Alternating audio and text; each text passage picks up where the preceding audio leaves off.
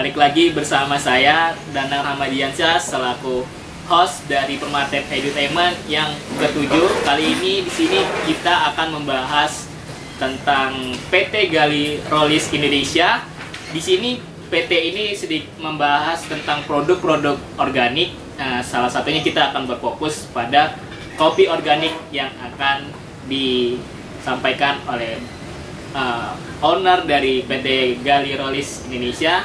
Kepada Pak Khairul, bisa sedikit menjelaskan Pak gimana sih produk organik yang ada di sini dan bisa dijual ke semuanya gitu, ke seluruh kalangan. Oke. Ya, bismillahirrahmanirrahim. Assalamualaikum warahmatullahi wabarakatuh. Waalaikumsalam. Milenial sekalian. Perusahaan kami sebetulnya didasari dari hasil riset, ya, hasil riset. Dari hasil dengan tentu bukan saya sendiri, dengan tim besar kita melakukan riset bagaimana menciptakan produk organik yang produksinya juga tinggi, gitu ya. Dan pada umumnya produk organik itu kecenderungannya produksinya rendah.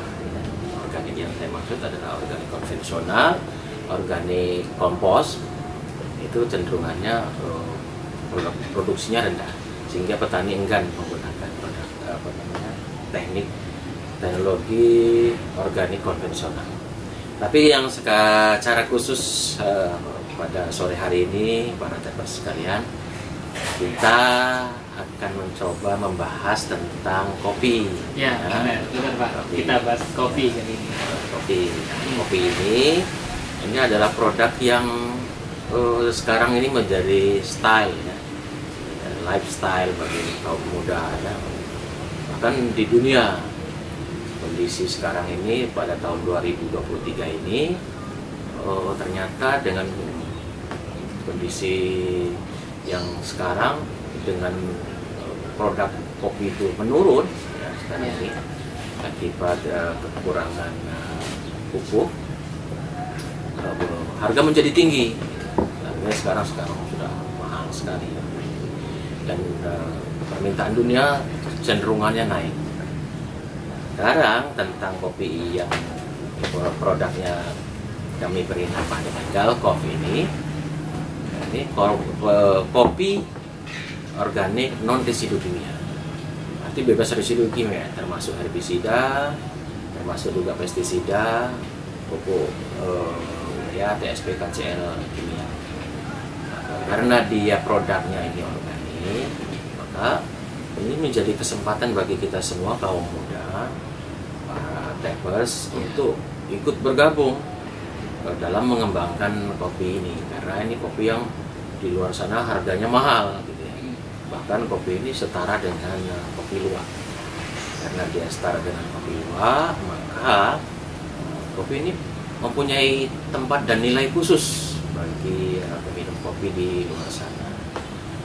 Jadi ya, karena memang kopi ini menjadi basis utama kita untuk melakukan riset, penelitian, maka kita harus buktikan secara empiris bahwa kopi ini memang setara dengan kopi luwak.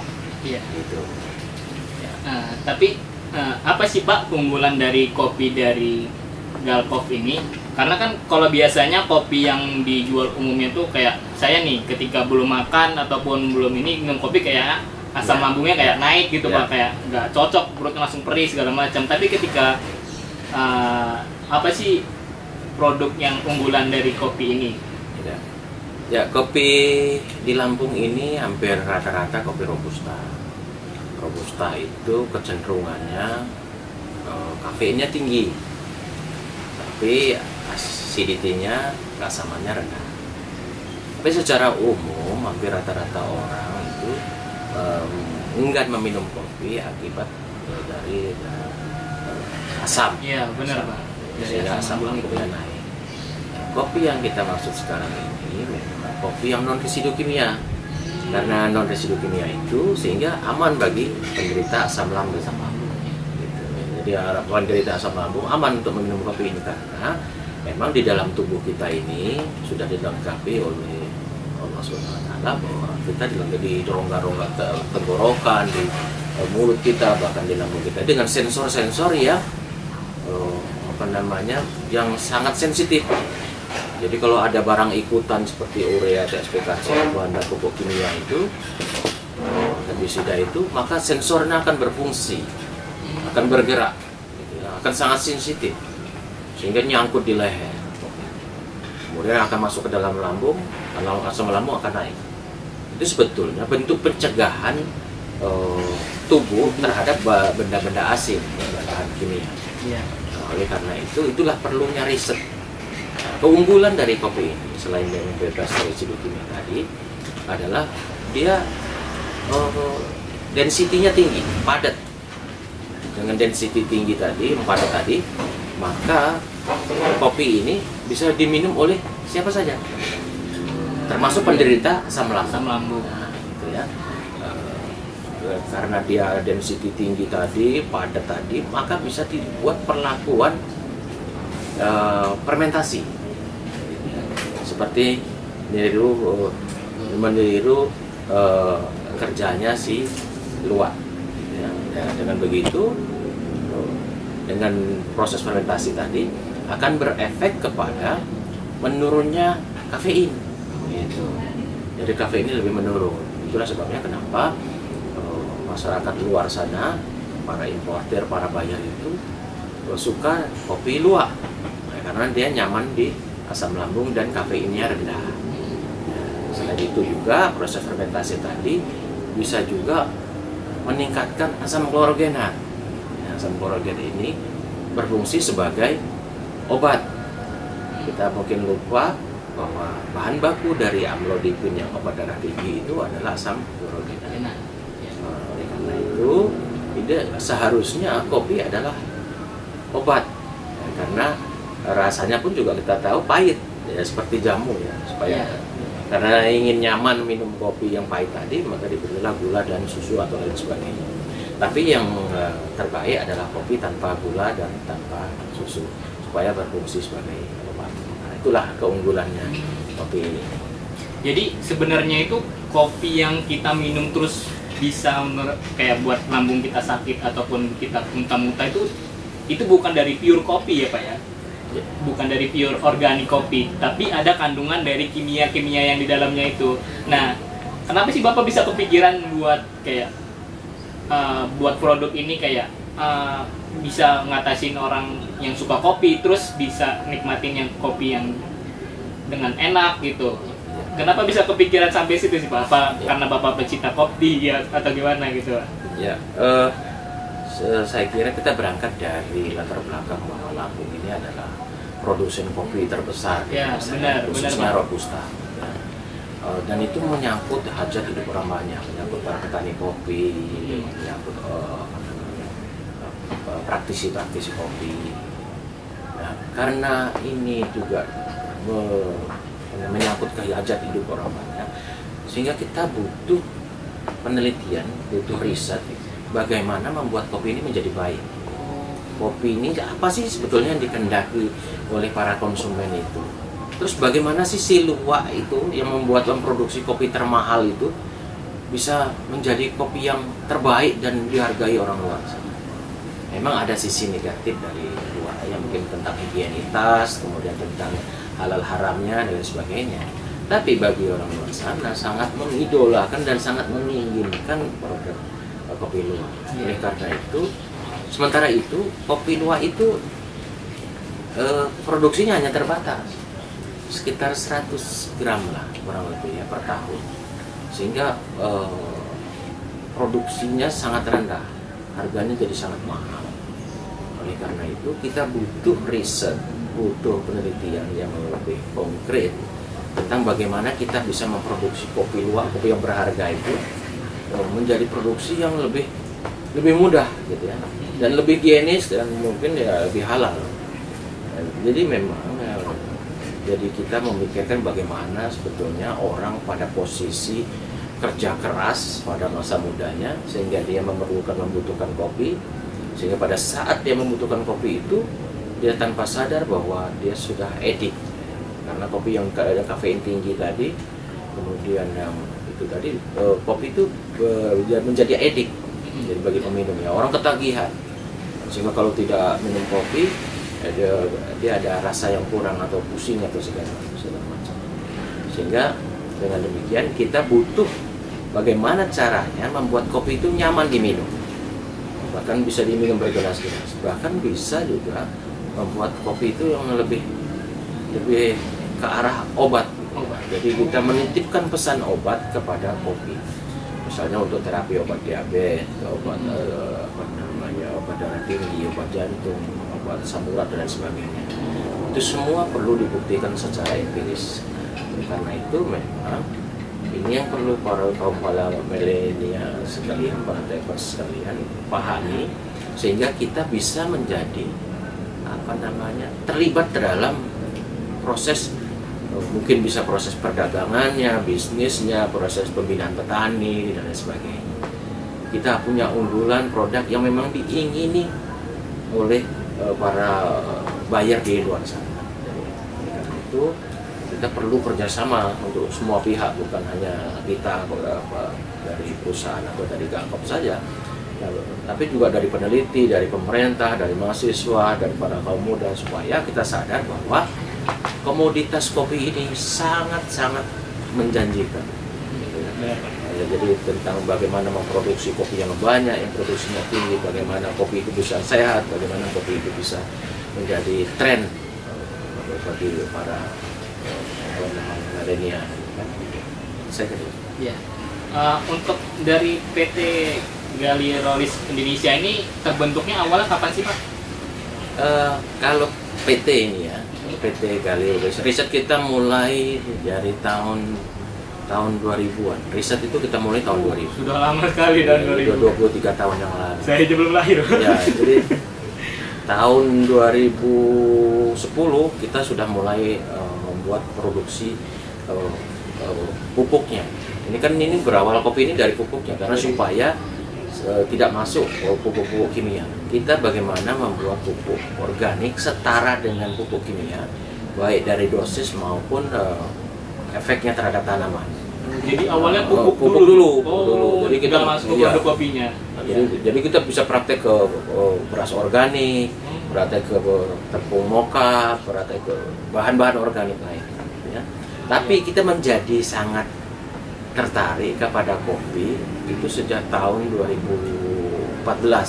2014 kita sudah mulai menguji tanaman kopi.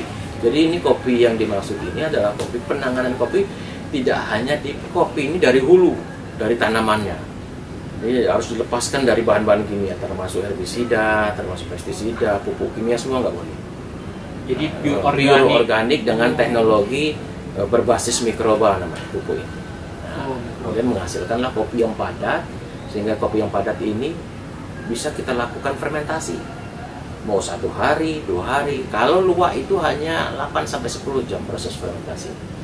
Nah, kita bisa lakukan 24 jam, 48 jam, 72 jam, bahkan sampai ke 17 hari untuk terapi diabetes. Nah, dengan begitu kita bisa memberikan kopi yang unggul kepada buyers. Kopi yang memang berkualitas tinggi. Nah, kopi yang berkualitas tinggi ini yang diingini oleh dunia. Nah, saya kira kalau kaum milenial, para tapers sekalian perlu terlibat supaya bisa mengambil keuntungan dari komoditas yang memang sejak zaman dulu menjadi harta karun kita di Lampung, ya, Pak, di Lampung atau bahkan di seluruh Nusantara lah. Ya.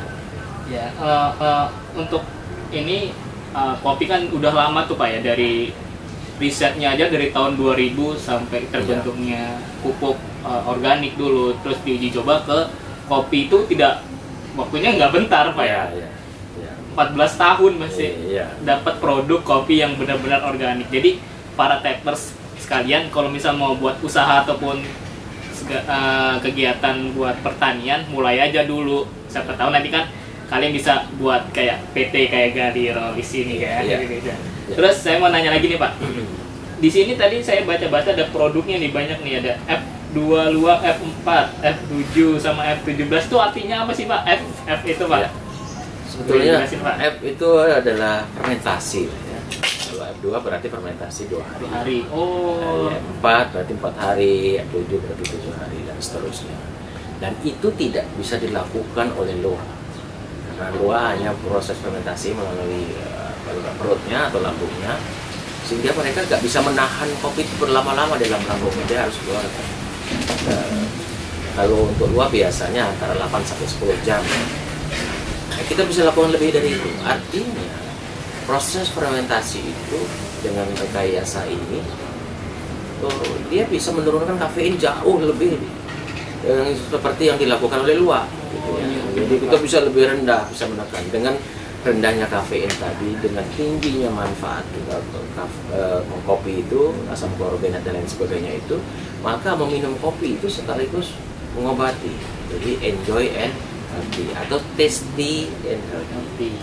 Nah, dengan begitu sebetulnya kita meminum kopi itu sedang berobat, sedang minum jamu, ya, karena jamu itu juga pahit. Nah, oleh karena itu perlulah para tapers sekalian memahami tentang kopi secara detail, sehingga kita bisa mengembangkan bisnis perkopian kita dengan komoditas yang begitu berlimpah di Lampung ini menjadi kopi-kopi yang memang bermutu dan berharga tinggi gitu.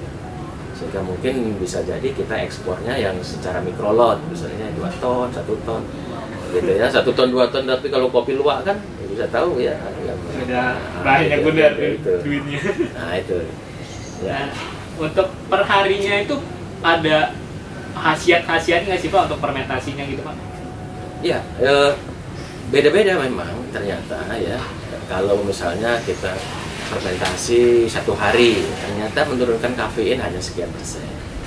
2 hari juga begitu. Nah itu semua akan dibuktikan secara laboratorium ya.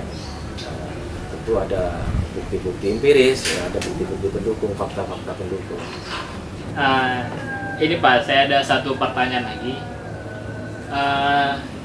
Kemarin itu saya dengar-dengar ada orang Jepang yang rela-rela kesini buat penelitian tentang produk Galkov ini Pak. Itu kenapa sih Pak kok bisa sampai kesini gitu orang Jepang itu buat meneliti penelitian Bapak? Ya, tentu mereka ya masyarakat yang di Jepang itu ya, universitas lengkapnya Mie University, mahasiswanya Cilin ada tantangan bahwa untuk membuktikan kopi itu, artinya mereka sudah minum kopinya dulu, mereka sudah menikmati kopinya seperti apa, bahkan bukti-bukti apa yang ada gitu ya, dan mereka rasa ingin tahunya makin dalam. Karena itu mereka ingin membuktikan gitu, apakah benar uji laboratorium kita itu sama dengan alat penguji mereka. Oleh karena itu mereka lakukan uji ulang. Ya, uji ulang itulah dengan alat-alat mereka itu. Ya, alat-alatnya ya portable spektro lah mungkin ya. Jadi lebih sederhana dan bisa lebih aplikatif. Saya berpikir bahwa memang mereka punya kecanggihan dalam hal alat peralatannya, karena mereka juga nggak bisa memproduksi kopi, karena mereka juga nggak menanam tanaman kopi, tapi mereka membutuhkan kopi. Gitu. Nah, kalau kopi yang mereka butuhkan tentu kopi-kopi yang berkualitas, dan mereka punya kemampuan, punya keahlian dalam memproduksi alat-alat yang memang yang bisa membuktikan kopi itu bagus atau tidak. Gitu ya. Tapi itu alat, artinya alat itu hanya bisa membedakan kopi bagus atau kopi baik atau kopi tidak baik atau standar, medium gitu ya. Sementara itu kita yang punya produksi kopi, yang menanam kopi, punya kebun kopi, punya petani kopi, kita mempunyai teknologi yang bisa membuat kopi itu bagus, membuat kopi itu memang baik gitu ya, aman bagi asam lambung paling tidak. Kemudian kafeinnya terkontrol, acidity juga normal, gitu, sehingga membuat orang peminum kopi itu nyaman. Iya benar. Nyaman bagi asam lambung, karena manfaat kopi sudah nggak perlu diragukan lah ya. Bisa menginspirasi, bisa membuat orang cerdas, membuat orang semangat, membuat orang tidak ngantuk dan sebagainya. Tapi melalui teknologi yang kita lakukan ini, teknologi fermentasi, teknologi ada kopi yang berhasil density tinggi ini, bahkan bisa kita juga membuat kopi itu bisa ngantuk.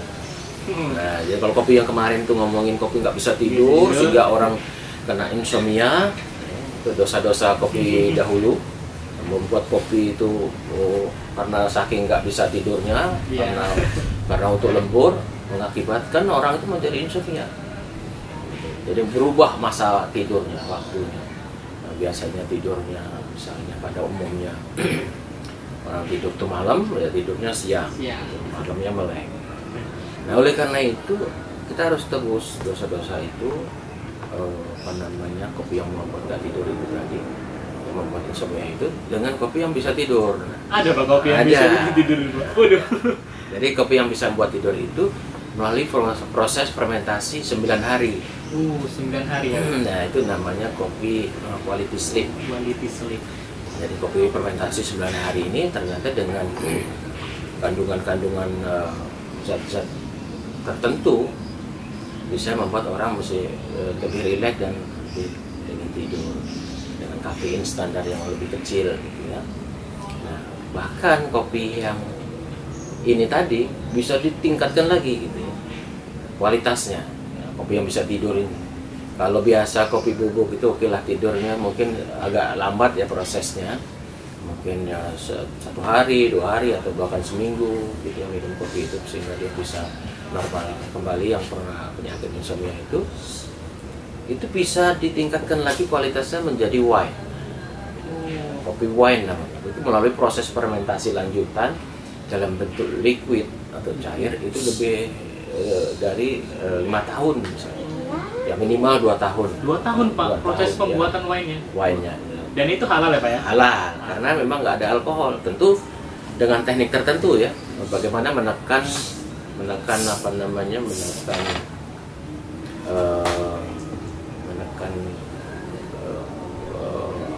alkohol, produksi alkoholnya tadi.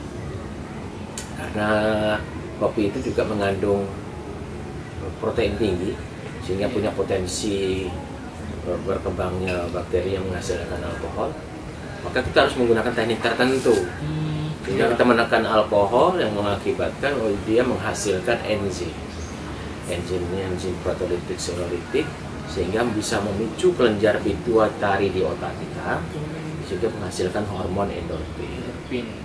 Hormon endorfin adalah hormon yang diproduksi oleh tubuh.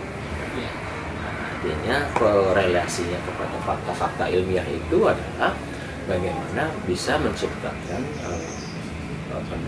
obat tidur tapi tidak berbahaya. Iya benar Pak. Gitu ya, obat tidur tidak berbahaya. Ya kecenderungannya wine ini lebih rileks, nyaman, gitu ya. Seperti layaknya endorfin, proses endorfin, sehingga ada efek senang gitu. Tentu ini juga diminum. Wine ini tidak boleh ke dalam masa kegiatan fisik, misalnya lagi olahraga, misalnya lagi kegiatan fisik ya, lagi bekerja gitu ya, kegiatan fisik, karena mengakibatkan fungsi hormon endorfin ini menjadi berbalik, sehingga dia bisa membuat orang nggak bisa tidur bahkan sampai besok pagi misalnya, melek terus, efek baliknya itu. Oleh karena itu memang yang wine ini khusus diminum dalam waktu tertentu yang memang kita butuh rileks, gitu, nyaman. Nah itu ya. Nah untuk cara pengolahannya itu Pak, dari fermentasi sehari, 2 hari, 4 hari, 9 hari, 7 hari itu ada yang membedakannya nggak sih Pak untuk cara pengolahannya Pak? Ya jadi begini, proses fermentasi tentu namanya proses fermentasi ya, tentu menggunakan mikroba. Mikroba khusus ya Pak? Mikroba khusus, jadi gabungan bermacam mikroba. Mikroba itu kami sebut mikroba Galkop lah, gitu ya, sesuai dengan nama produk. Jadi mikroba ini yang melalui proses fermentasi tadi. Jadi 1 hari, 2 hari, ada 4 hari, 7 hari, 9 hari sampai 12 sampai 17 hari itu akan menghasilkan kopi yang berbeda masing-masing proses fermentasi tadi. Itu untuk proses fermentasinya itu alami atau dengan bantuan alat atau gimana Pak? Ya, kalau tentu proses fermentasi ya, layaknya fermentasi ya. Jadi begini, kalau kita ngobrolin tentang fermentasi, fermentasi itu sebetulnya adalah proses pembusukan. Iya benar. Misalnya gini, kita fermentasi tempe, kedelai dan tempe, proses fermentasi. Atau proses fermentasi tape, juga proses fermentasi. Nah, proses fermentasi itu adalah proses pembusukan. Nah, oleh karena ini kopi ini nggak boleh busuk, maka dia kopinya harus kuat, harus padat. Ya, jadi dari PT Gali Rolis Indonesia ini itu dia mengutamakan produk-produk organik, benar-benar organik Pak, dari pemupukan terus pemanenan segala macam itu nggak ada bahan-bahan kimia. Nah, proses fermentasinya pun itu nggak banyak biaya dan bisa buat para tappers juga ingin mencoba usaha-usaha seperti Pak Khairul bisa lah, atau dikembangkan lagi dari entah jangan hanya biji kopi ya Pak yang diharapkan Pak ya, dari yang lain-lain juga karena kita komoditinya di Lampung ini spesial kopi, jadi Pak Khairul tercetuslah buat produk organik kopi ini. Nah mungkin Pak Khairul ada pesan-pesan nggak sih Pak untuk para tappers ataupun para pemuda-pemuda milenial nih, karena kan kita kan banyak mengonsumsi kan banyak menggunakan pupuk kimia segala macam, dan Pak Khairul ini berani untuk menggunakan organik dan bisa memasarkannya gitu. Mungkin ada pesan-pesan nih. Ya, pesan saya terhadap para kaum milenial, para tappers sekalian, kalian sudah dibekali ilmu perguruan tinggi untuk biayanya juga sedikit. Oleh karena itu lanjutkan proses belajar, lanjutkan dan terus belajar. Dari terus belajar itu akan meningkatkan kualitas mutu kita.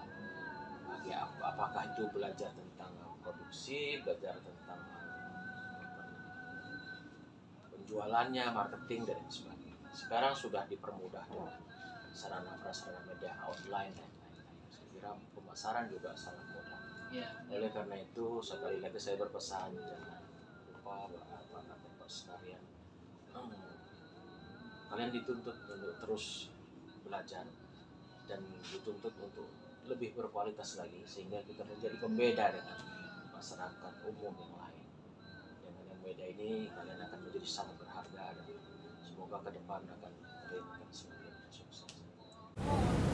Ya mungkin itu saja podcast pada serial kali ini. Kita bahas tentang produk organik dan kita memasarkan gimana sih produk-produk organik tersebut.